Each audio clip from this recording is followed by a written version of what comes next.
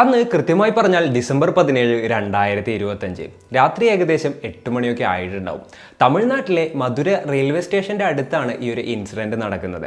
രാത്രി ആ സമയമൊക്കെ ആയിട്ടുണ്ടെന്നുണ്ടെങ്കിലും മധുര നിങ്ങൾക്കറിയാം, അത്യാവശ്യം നല്ല ജനത്തിരക്കൊക്കെ ഉള്ളൊരു സ്ഥലമാണ്. ആ ഒരു റെയിൽവേ സ്റ്റേഷനിലോട്ട് വരുന്നവരും പോകുന്നവരും അതേപോലെ തന്നെ അമ്പലത്തിലോട്ട് വരുന്നവരും പോകുന്നവരുമായിട്ട് ഒരുപാടധികം ആളുകൾ ആ സമയത്ത് അവിടെ ഉണ്ടായിരുന്നു. കടകളിലും മറ്റൊക്കെ സ്ഥിരമായിട്ട് ഇങ്ങനെ ആളുകൾ പോയും വരുന്നു ഒക്കെ ഉണ്ടായിരുന്നു. അതിൻ്റെ ഇടയിലാണ് ആ ഒരു കാര്യം സംഭവിക്കുന്നത്. അതായത് അതിനടുത്തുള്ള ഒരു ബിൽഡിങ്ങിൻ്റെ 2ാമത്തെ നിലയിലെ കറണ്ട് കട്ടാവാണ്. എന്നാൽ റോട്ടിലുണ്ടായിരുന്ന ആളുകൾ, ആ ഒരു ഏരിയയിലുണ്ടായിരുന്ന ആളുകളൊന്നും പെട്ടെന്നുകൊണ്ട് അത് നോട്ടീസ് ചെയ്തില്ല. അവർ എൻ്റെയർ ബിൽഡിങ്ങിലത്തെ കറണ്ട് പോയിട്ടുണ്ടായിരുന്നെങ്കിൽ ആളുകൾ നോട്ടീസ് ചെയ്താനെ. എന്നാലും ജസ്റ്റ് ഒരു എന്താ പറയുക, 2ാമത്തെ നിലയിലത്തെ കറണ്ട് മാത്രം പോയതുകൊണ്ടായിരിക്കാം ആരും അത് ശ്രദ്ധിച്ചില്ല. ആ സമയത്ത് 45 വയസ്സ് പ്രായമുള്ള രാമകൃഷ്ണൻ എന്ന് പറയുന്ന ഒരാൾ ആ ബിൽഡിങ്ങിൽ വർക്ക് ചെയ്യുന്നുണ്ടായിരുന്നു. ആൾ ഉടനെ തന്നെ ഇലക്ട്രിസിറ്റി ബോർഡിനെ വിവരമറിയിക്കുകയാണ്. ഇവിടെ എന്തോ വയറ് കരിയുന്ന ഒരു സ്മെല്ലും കാര്യങ്ങളൊക്കെ വരുന്നുണ്ട്, ഷോർട്ട് സർക്യൂട്ട് ആണെന്ന് തോന്നുന്നുണ്ട്. അപ്പോൾ എത്രയും പെട്ടെന്ന് ഇവിടേക്കുള്ള ഇലക്ട്രിസിറ്റി കട്ട് ചെയ്യണം എന്നുള്ള ഒരു തരത്തിലായിരുന്നു ആൾ ഇൻഫോർമേഷൻ പാസ് ചെയ്തത്. അങ്ങനെ ഏതാനും നിമിഷങ്ങളും കാര്യങ്ങളൊക്കെ കഴിഞ്ഞു. അതിനുശേഷം ആളുകൾ കണ്ട കാഴ്ച അതിഭീകരമായിരുന്നു. ആളുകൾ നോക്കുമ്പോൾ ഈ രാമകൃഷ്ണൻ താഴത്തോട്ട് ഓടി വരുന്നുണ്ട്. ആളുടെ ദേഹത്ത് തീയും കാര്യങ്ങളൊക്കെ ഉണ്ട്. അതേപോലെ തന്നെ അങ്ങോട്ട് നോക്കുന്ന ഒരു സമയത്ത് ആ ബിൽഡിങ്ങിലത്തെ 2nd ഫ്ലോറിൽ നിന്ന് കത്തുകയാണ്. ഈ ഒരു കാഴ്ച കണ്ട നാട്ടുകാർ ഉടനെ തന്നെ ഫയർഫോഴ്സിനെ വിവരമറിയിക്കുകയാണ്. അതേപോലെ തന്നെ പൊള്ളലേറ്റ് അലറി വിളിച്ചുകൊണ്ടിരുന്നിരുന്ന രാമകൃഷ്ണനെ ആംബുലൻസ് വിളിച്ച് അവരെ ഹോസ്പിറ്റലിലോട്ട് എത്തിക്കുകയും ചെയ്തു. വിവരമറിഞ്ഞ ഫയർഫോഴ്സ് ഉടനെ തന്നെ അങ്ങോട്ട് എത്തുകയായിരുന്നു. അതിനുശേഷം തീ അണയ്ക്കാനുള്ള പരിപാടികളെല്ലാം തന്നെ ചെയ്തു തുടങ്ങി. അതായത് വെള്ളം അടിക്കാനും അതേപോലെ തന്നെയുള്ള കാര്യങ്ങളൊക്കെ ചെയ്തു. ആ ഒരു ഓഫീസിൻ്റെ കാര്യം പറയുകയാണെന്നുണ്ടെങ്കിൽ അതേറെക്കുറെ ആ ഒരു സമയം കൊണ്ട് കത്തി നശിച്ചിട്ടുണ്ടായിരുന്നു. അതിനോടൊപ്പം തന്നെ രാമകൃഷ്ണൻ വർക്ക് ചെയ്തിരുന്നത് പോലെ ആ സമയത്ത് ആ ബിൽഡിങ്ങിൽ വേറെ ആരെങ്കിലും വർക്ക് ചെയ്യുന്നുണ്ടായിരുന്നു എന്നറിയുന്നതിന് വേണ്ടിയിട്ട് റെസ്ക്യൂ ടീമും ആ ബിൽഡിങ്ങിൻ്റെ അകത്തോട്ട് കയറുകയായിരുന്നു. രാത്രി 8 മണി ടൈമൊക്കെ ആയതുകൊണ്ട് തന്നെ ആ ഓഫീസിൽ ജോലി ചെയ്തിരുന്ന ഓൾമോസ്റ്റ് എല്ലാവരും തന്നെ വീട്ടിലോട്ടൊക്കെ പോയിട്ടുണ്ടായിരുന്നു. അവരങ്ങനെ ഓരോരോ റൂംസും കാര്യങ്ങളും എല്ലാം പരിശോധിക്കുകയാണ്. അവർ പരിശോധിച്ചപ്പോൾ അങ്ങനെ പ്രത്യേകിച്ച് ആൾക്കാരൊന്നും കണ്ടില്ല. അപ്പോൾ എന്തായാലും ബിൽഡിംഗ് അല്ലേ കത്തിയുള്ളൂ, ആൾക്കാർക്കൊന്നും അപകടം സംഭവിച്ചില്ലല്ലോ എന്ന് സമാധാനിച്ചിരിക്കുന്ന സമയത്താണ് അവർ ഒരു റൂം കാണുന്നത്. ആ ഒരു റൂം തുറന്ന് നോക്കിയപ്പോൾ അവർ കണ്ട കാഴ്ച എന്തായിരുന്നു എന്ന് വെച്ച് കഴിഞ്ഞിട്ടുണ്ടെന്നുണ്ടെങ്കിൽ, ഒരു ചെയറിൻ്റെ അവിടെ താഴെ വീണ് കത്തിക്കരിഞ്ഞ് കിടക്കുന്ന ഒരു സ്ത്രീയുടെ മൃതദേഹമായിരുന്നു. അപ്പോൾ യഥാർത്ഥത്തിൽ എന്താണ് അവിടെ സംഭവിച്ചത്? എങ്ങനെയാണ് ആ 2ാമത്തെ നില മാത്രം കത്തിയത്? അതേപോലെ തന്നെ പോലീസുകാർ എങ്ങനെയാണ് ഈ ഒരു കേസ് ഇൻവെസ്റ്റിഗേറ്റ് ചെയ്തത്? മധുരയെ തന്നെ വിറപ്പിച്ച ആ ഒരു കേസിനെ കുറിച്ചാണ് ഇന്നത്തെ വീഡിയോയിലൂടെ നമ്മൾ സംസാരിക്കാനായിട്ട് പോകുന്നത്. Hello guys, welcome back to the channel. Razeen this side. അപ്പോഴത്തേനും വിവരമറിഞ്ഞ് പോലീസ് ഉദ്യോഗസ്ഥരും മറ്റും സ്ഥലത്തെത്തിയിട്ടുണ്ടായിരുന്നു. അവർ കേസെടുത്ത് അന്വേഷണം ആരംഭിക്കുകയും ചെയ്തു. ആദ്യം തന്നെ അവർ ബോഡി റിക്കവർ ചെയ്തിട്ട് അടുത്തുള്ള ഹോസ്പിറ്റലിലോട്ട് ഓട്ടോപ്സിക്കായിട്ട് അയക്കുകയാണ്. അതിനോടൊപ്പം തന്നെ ഫോറൻസിക് ടീമും മറ്റുമൊക്കെ വന്നു. അവർ ഇൻവെസ്റ്റിഗേഷനും കാര്യങ്ങളൊക്കെ തുടർന്നു. അപ്പോൾ പോലീസുകാർ ക്വസ്റ്റ്യനിങ് സ്റ്റാർട്ട് ചെയ്തത് ആ ഒരു ഓഫീസിലത്തെ സ്റ്റാഫിൽ നിന്നായിരുന്നു. ആ ഒരു ഓഫീസിൻ്റെ കാര്യം പറയുകയാണെന്നുണ്ടെങ്കിൽ LICയുടെ ഓഫീസായിരുന്നു അത്. സെൻട്രൽ ഗവൺമെൻറ് സ്ഥാപനത്തിൻ്റെ ഒരു ഓഫീസായിരുന്നു അത്. അപ്പോൾ അവിടെ ഉണ്ടായിരുന്ന സ്റ്റാഫിനൊക്കെ ക്വസ്റ്റ്യൻ ചെയ്തപ്പോൾ അവർ പറഞ്ഞൊരു കാര്യം എന്തായിരുന്നു എന്ന് വെച്ച് കഴിഞ്ഞിട്ടുണ്ടെന്നുണ്ടെങ്കിൽ, അന്നത്തെ ദിവസം രാവിലെ അവിടെ ഒരു മീറ്റിംഗ് നടന്നിട്ടുണ്ടായിരുന്നു. ഒരു പുതിയ പോളിസിയുടെ കാര്യം പറയുന്നതിന് വേണ്ടിയിട്ടുള്ള മീറ്റിങ്ങും കാര്യങ്ങളൊക്കെ ആയിരുന്നു അത്. എന്നാൽ ആ മീറ്റിങ്ങിൽ അതിൽ കൂടുതൽ ചർച്ച ചെയ്തത് വേറെ കുറച്ച് കാര്യങ്ങളെക്കുറിച്ചായിരുന്നു. ആ ഒരു ബ്രാഞ്ചിൽ നിന്നും കുറേ തട്ടിപ്പുകളും കാര്യങ്ങളൊക്കെ നടന്നതിൻ്റെ റിപ്പോർട്ട്സും കാര്യങ്ങളൊക്കെ വന്നിട്ടുണ്ടായിരുന്നു. അതായത് കുറേ പേരുടെ ഇൻഷുറൻസ് തുകയും കാര്യങ്ങളൊന്നും പാസ്സാവുന്നുണ്ടായിരുന്നില്ല. അതേപോലെ തന്നെ അർഹതപ്പെട്ടവർക്ക് കിട്ടുന്നുണ്ടായിരുന്നില്ല. പിന്നെ എന്താ പറയുക, മെയിൻലി ഒരാൾ മരിച്ചു കഴിഞ്ഞിട്ടുണ്ടെന്നുണ്ടെങ്കിൽ കിട്ടുന്ന ഇൻഷുറൻസ് തുകയില്ലേ, അങ്ങനെയുള്ള തുകയിൽ കുറേ തട്ടിപ്പും വെട്ടിപ്പൊക്കെ ഉണ്ട് എന്നുള്ളതിനെ കുറിച്ചിട്ടുള്ള കുറേ കാര്യങ്ങൾ ആ ഒരു മീറ്റിങ്ങിനുള്ളിൽ ഉണ്ടാവുകയാണ്. അതേപോലെ തന്നെ അതിൻ്റെ അടിസ്ഥാനത്തിൽ കുറേ ചർച്ചകളും മറ്റുമൊക്കെ അന്ന് നടന്നിട്ടുണ്ടായിരുന്നു. ആ ഒരു മീറ്റിങ്ങിൽ മെയിനായിട്ടുണ്ടായിരുന്ന 2 പേരായിരുന്നു അന്നത്തെ രാത്രി തന്നെ അപകടത്തിൽപ്പെട്ടിട്ടുണ്ടായത്. അതിലൊരാൾക്ക് പൊള്ളലേൽക്കുകയും ചെയ്തിട്ടുണ്ടായിരുന്നു. നേരത്തെ പറഞ്ഞ പോലെ ഒരാൾ മരിക്കുകയും ചെയ്തിട്ടുണ്ടായിരുന്നു. എന്നാലും പോലീസ് ഉദ്യോഗസ്ഥർ ആ ഒരു എന്താ പറയുക, പോളിസി ഇഷ്യൂസിൻ്റെയും അതേപോലെ തന്നെ അതിൻ്റെ ഇറഗുലാരിറ്റീസിൻ്റെയും കാരണങ്ങളും അതേപോലെ തന്നെ ഈ മരണങ്ങളൊന്നും ആ സമയത്ത് ലിങ്ക് ചെയ്തിട്ടുണ്ടായിരുന്നില്ല. ജസ്റ്റ് ഒരു ഷോർട്ട് സർക്യൂട്ട് കാരണം തീ പിടിച്ചതായിരിക്കും. ആ ഒരു സമയത്ത് അവരവിടെ ഉണ്ടായിരുന്നിട്ടുണ്ടാകാം. ലേറ്റ് നൈറ്റ് എന്തെങ്കിലും വർക്കുകൾ കാര്യങ്ങളൊക്കെ ഉണ്ടായിരുന്നത് കൊണ്ട് അതുകൊണ്ടായിരിക്കും അവരവിടെ ഉണ്ടായിരുന്നിട്ടുണ്ടാവുക. അപ്പോൾ അപകടം സംഭവിച്ചത് തന്നെയായിരിക്കും എന്നുള്ള ഒരു തരത്തിലായിരുന്നു പോലീസ് ഉദ്യോഗസ്ഥർ ആദ്യം തന്നെ കരുതിയിട്ടുണ്ടായത്. എന്നാൽ പോലീസുകാർ അങ്ങനെ ഇരിക്കുന്ന സമയത്താണ് തിലകന്തടൽ പോലീസ് സ്റ്റേഷനിലോട്ട് വന്നു കയറ്റി ഒരാളൊരു കംപ്ലൈൻറ്റ് കൊടുക്കുന്നത്. ഇത് ജസ്റ്റ് ഒരു ആക്സിഡൻ്റൽ ഫയർ ആണെന്ന് എനിക്ക് തോന്നുന്നില്ല. ആരോ പ്ലാൻ ചെയ്തിട്ട് ആ ഒരു ഓഫീസ് കത്തിച്ചതാണ്. അതേപോലെ തന്നെ ആ ഒരു സ്ത്രീയെ കൊലപ്പെടുത്തിയതാണ് എന്നുള്ള തരത്തിലുള്ളൊരു കംപ്ലൈൻ്റ് ആയിരുന്നു അത്. ആ ഒരു കംപ്ലൈൻറ്റിൻ്റെ അടിസ്ഥാനത്തിൽ പോലീസുകാർ കേസ് എടുത്ത് ഇൻവെസ്റ്റിഗേഷൻ ആരംഭിക്കുകയാണ്. ആ കേസ് ഇൻവെസ്റ്റിഗേറ്റ് ചെയ്തപ്പോൾ പോലീസുകാർക്ക് പലതരത്തിലുള്ള കാര്യങ്ങൾ മനസ്സിലാവുകയാണ്. ആ ഒരു ഓഫീസിൽ നിന്നും ഒരുപാടധികം ഇൻഷുറൻസിൻ്റെ തിരിമറികളും മറ്റുമൊക്കെ നടന്നിട്ടുണ്ടെന്നും അതേപോലെ തന്നെ ക്ലെയിമിന് അപ്ലൈ ചെയ്ത ഒരുപാട് പേർക്ക് ക്ലെയിം കിട്ടിയിട്ടില്ല, അതേപോലെ ഒരുപാടധികം ഫണ്ടുകൾ അങ്ങോട്ടും ഇങ്ങോട്ടൊക്കെ വക മാറ്റിയിട്ടുണ്ട് തുടങ്ങിയിട്ടുള്ള കാര്യങ്ങൾ പോലീസിന് മനസ്സിലാക്കാനായിട്ട് സാധിച്ചു. അപ്പോൾ ആ ഒരു അപകടത്തിൻ്റെ സമയത്ത് അവിടെ ഉണ്ടായിരുന്ന 2 ഉദ്യോഗസ്ഥരില്ലേ, അതിലൊരാൾ ഞാൻ നേരത്തെ പറഞ്ഞ 45 വയസ്സുള്ള രാമകൃഷ്ണൻ എന്ന് പറയുന്ന വ്യക്തി. ആൾ അസിസ്റ്റന്റ് അഡ്മിനിസ്ട്രേറ്റീവ് ഓഫീസർ ആയിരുന്നു. പിന്നീട് മരണപ്പെട്ട ആ ഒരു സ്ത്രീയുടെ കാര്യം പറയുകയാണെന്നുണ്ടെങ്കിൽ കല്യാണി നമ്പി എന്നായിരുന്നു അവരുടെ പേര്. 56 വയസ്സായിരുന്നു അവരുടെ പ്രായം. അവരായിരുന്നു അവിടുത്തെ സീനിയർ ബ്രാഞ്ച് മാനേജർ. കുറച്ച് നാളുകൾക്ക് മുൻപ് പ്രൊമോഷൻ കിട്ടി അങ്ങോട്ട് ട്രാൻസ്ഫർ ആയിട്ട് വന്നതായിരുന്നു കേട്ടോ അവരുടെ കാര്യം പറയുകയാണെന്നുണ്ടെങ്കിൽ ഇത്രയും കാലത്തെ സർവീസിൻ്റെ ഇടയിൽ അവർക്ക് വലിയ ബ്ലാക്ക് മാർക്കോ കാര്യങ്ങളൊന്നും ഉണ്ടായിരുന്നില്ല. വളരെ സത്യസന്ധമായിട്ട് ജോലി ചെയ്തിരുന്ന ഒരു ഉദ്യോഗസ്ഥയായിരുന്നു അവർ. അതേപോലെ തന്നെ റിട്ടയർമെൻറ്റിനോട് അടുക്കുന്ന ഒരു സമയമായിരുന്നു. റിട്ടയറൊക്കെ ചെയ്ത് തൻ്റെ ഫാമിലിനോടൊപ്പം ഹാപ്പി ആയിട്ട് ജീവിക്കണം എന്നുള്ളൊരു തോട്ടിലായിരുന്നു അവർ ആ ഒരു സമയത്ത് ഇതേപോലെ തന്നെ ചിന്തിച്ചിരുന്നത്. പിന്നെ അവരുടെ ഹസ്ബൻഡായിട്ടുള്ള നമ്പിയുടെ കാര്യം പറയുകയാണെന്നുണ്ടെങ്കിൽ ആൾ റിട്ടയർഡ് ആയിട്ടുള്ള ഒരു ബാങ്ക് ഉദ്യോഗസ്ഥനായിരുന്നു. അപ്പോൾ പോലീസുകാർ ചിന്തിച്ചൊരു കാര്യം, എന്തിനാണ് അന്നത്തെ ദിവസം ഇത്രയും വൈകിയും അവർ ആ ഒരു ഓഫീസിൽ വർക്ക് ചെയ്തത് എന്നുള്ളതിനെ കുറിച്ചായിരുന്നു. അപ്പോഴാണ് അന്നത്തെ ദിവസം നടന്ന ആ ഒരു മീറ്റിങ്ങുമായിട്ട് ലിങ്ക് ചെയ്യാനായിട്ട് പോലീസിനെ കൊണ്ട് സാധിച്ചത്. അതായത് ഒരുപാടധികം പ്രശ്നങ്ങൾ ആ ഒരു ഓഫീസിൽ നടക്കുന്നുണ്ട് എന്നുള്ളതിനെ കുറിച്ചിട്ട് അവർക്കൊരു ഇൻഫോർമേഷനും കാര്യങ്ങളൊക്കെ കിട്ടിയിട്ടുണ്ടായിരുന്നല്ലോ. അതിൻ്റെ അടിസ്ഥാനത്തിലാണ് ആ ഒരു മീറ്റിങ്ങിൽ വെച്ച് കഴിഞ്ഞിട്ട് അതിനെക്കുറിച്ച് അവർ ചർച്ച ചെയ്യുന്നത്. അപ്പോൾ അത്തരത്തിലുള്ള ഫയലുകളും കാര്യങ്ങളെല്ലാം തന്നെ ക്രോസ് വെരിഫൈ ചെയ്യാനും അതേപോലെ തന്നെ എവിടെ ആര് എങ്ങനെയാണ് ആ തട്ടിപ്പ് നടത്തിയതെന്ന് കണ്ടുപിടിക്കുന്നതിനും മറ്റും വേണ്ടിയിട്ടായിരുന്നു അന്നത്തെ ദിവസം ഈവനിങ് ടൈമിലും മറ്റുമൊക്കെ അവരവിടെ ഇരുന്നെങ്കിൽ ജോലി ചെയ്യുന്നുണ്ടായിരുന്നത്. യെസ്, കൾപ്രിറ്റിനെ കണ്ടുപിടിക്കുന്നതിന് വേണ്ടിയിട്ട് മാത്രമായിരുന്നു അന്നത്തെ ദിവസം രാത്രി അവർ വർക്ക് ചെയ്യുന്നുണ്ടായിരുന്നത്. അപ്പോൾ ഇവർക്ക് വേണ്ടുന്ന ഫയലുകളും മറ്റും എല്ലാം എടുത്തു കൊടുത്ത് സഹായിക്കുന്നതിന് വേണ്ടിയിട്ടായിരുന്നു ഈ ഒരു രാമകൃഷ്ണൻ എന്ന് പറയുന്ന ആളും അവരുടെ കൂടെ അന്നത്തെ രാത്രി ആ ഒരു ഓഫീസിലുണ്ടായിരുന്നത്. അപ്പോൾ എന്തൊക്കെയാണെന്നുണ്ടെങ്കിലും ഈ ഒരു രാമകൃഷ്ണനെ ക്വസ്റ്റ്യൻ ചെയ്യാനായിട്ട് പോലീസുകാർ തീരുമാനിക്കുകയാണ്. രാജാജി ഗവൺമെൻറ് ഹോസ്പിറ്റലായിരുന്നു ആ സമയത്ത് ആൾ ചികിത്സയിലുണ്ടായിരുന്നത്. പോലീസുകാർ ആളുടെ അടുത്ത് എന്താണ് സംഭവിച്ചതെന്നുള്ളത് ചോദിച്ചു. അപ്പോൾ ആൾ ഇതേപോലെ തന്നെ രാവിലെ മീറ്റിങ്ങും പരിപാടിയും കാര്യങ്ങളൊക്കെ നടന്നിട്ടുണ്ടായിരുന്നു. അതിനുശേഷം കുറച്ച് ഇഷ്യൂസും കാര്യങ്ങളൊക്കെ ഉണ്ടായിരുന്നതിൻ്റെ അടിസ്ഥാനത്തിൽ മാഡം അന്നത്തെ ദിവസം തന്നെ അത് ക്ലാരിഫൈ ചെയ്യുന്നതിന് വേണ്ടിയിട്ട് ഇരിക്കാൻ പറഞ്ഞിട്ടുണ്ടായിരുന്നു. അങ്ങനെ അവർക്ക് വേണ്ടുന്ന ഫയലും കാര്യങ്ങളൊക്കെ ഞാൻ കൊടുത്തുകൊണ്ടിരിക്കുന്നതിൻ്റെ ഇടയിലാണ് എന്തോ ഒരു കരിയുന്ന സ്മെല്ല് എനിക്ക് വന്നത്. അതായത് എന്തോ കത്തുന്ന എന്തോ വയറ് കരിയുന്ന പോലുള്ളൊരു സ്മെല്ലായിരുന്നു. അപ്പോൾ തന്നെ ഇലക്ട്രിസിറ്റി ബോർഡിനെ വിവരം അറിയിക്കുകയായിരുന്നു. എന്നാൽ അതിനുശേഷം സംഭവിച്ചതായിരുന്നു വളരെ ഞെട്ടിക്കുന്ന ഒരു കാര്യം.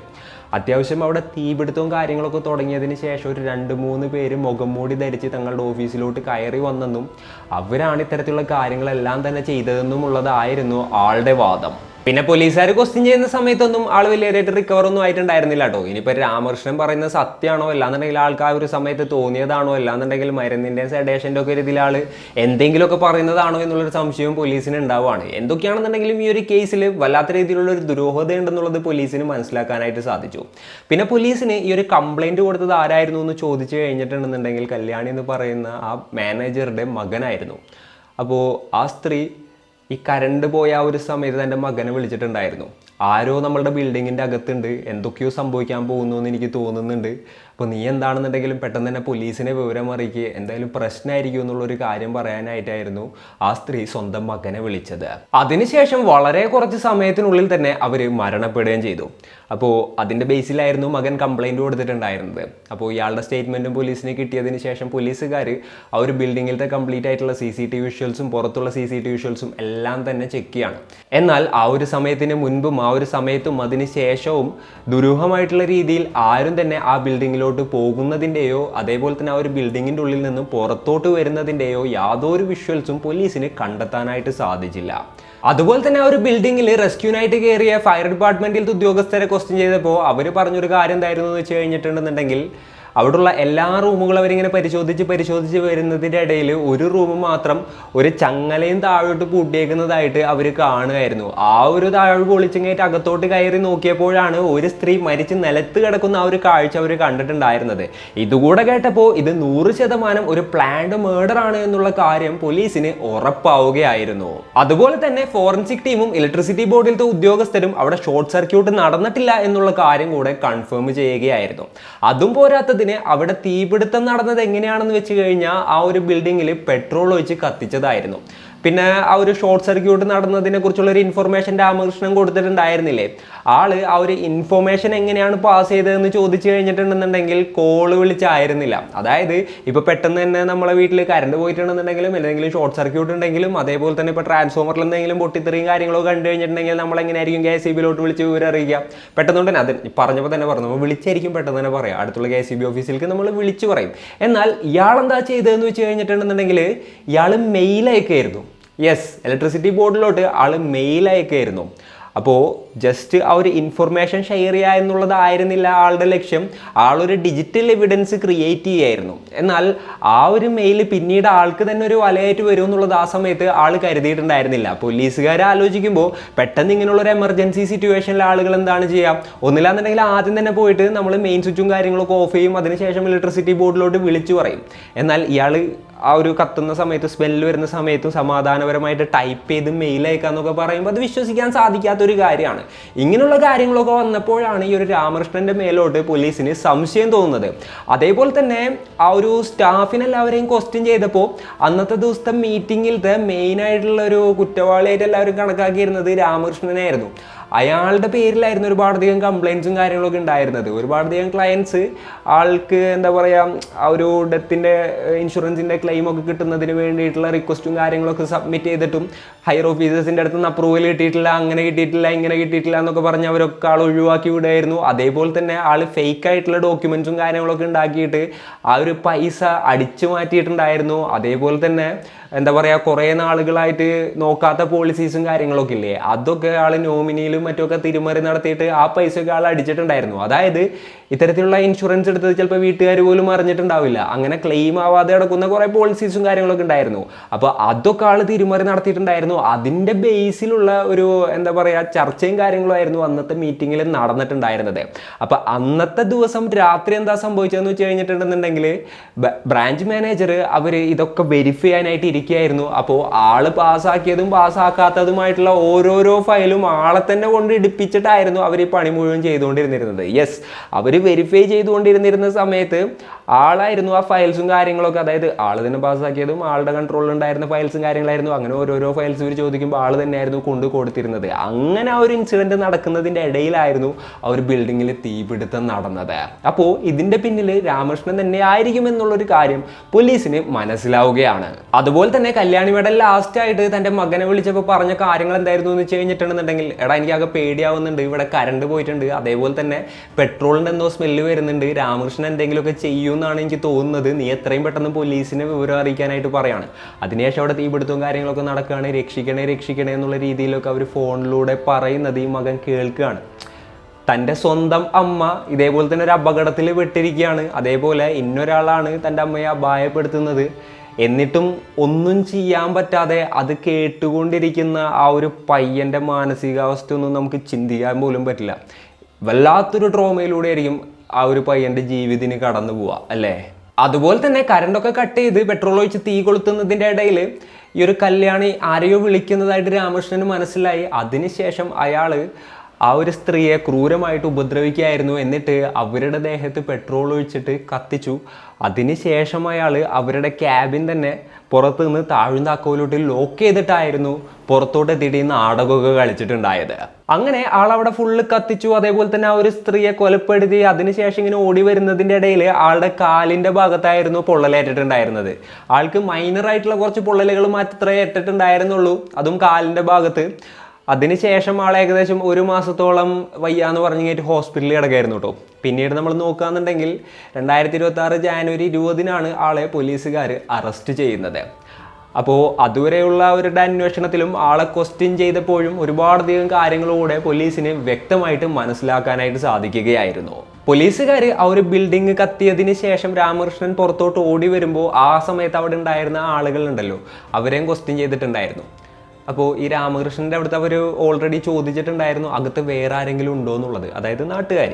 എന്നാൽ അകത്ത് വേറെ ആരും ഉണ്ടായിരുന്നില്ല എന്നുള്ള തരത്തിലുള്ളൊരു മറുപടി ആയിരുന്നു നാട്ടുകാരുടെ അടുത്ത് ആ സമയത്ത് ആൾ പറഞ്ഞത്. കാരണം എന്താണ്, ആ ടൈമിൽ ആരെങ്കിലുമൊക്കെ അകത്ത് കയറിയിട്ട് ഈ ഒരു സ്ത്രീയെ രക്ഷിക്കാനായിട്ട് ശ്രമിച്ചു കഴിഞ്ഞിട്ടുണ്ടെന്നുണ്ടെങ്കിൽ താൻ പെടുവല്ലോ എന്നുള്ളൊരു തോട്ട് കൊണ്ടായിരിക്കാം ആൾ അങ്ങനെ പറഞ്ഞിട്ടുണ്ടായത്.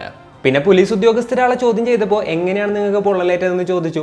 അപ്പോൾ മാഡത്തിനെ രക്ഷിക്കാൻ വേണ്ടിയിട്ട് ഞാൻ അവരുടെ അടുത്തോട്ട് പോയപ്പോഴാണ് തനിക്ക് പൊള്ളലേറ്റതെന്നുള്ള രീതിയിലായിരുന്നു ആൾ മറുപടി പറഞ്ഞത്.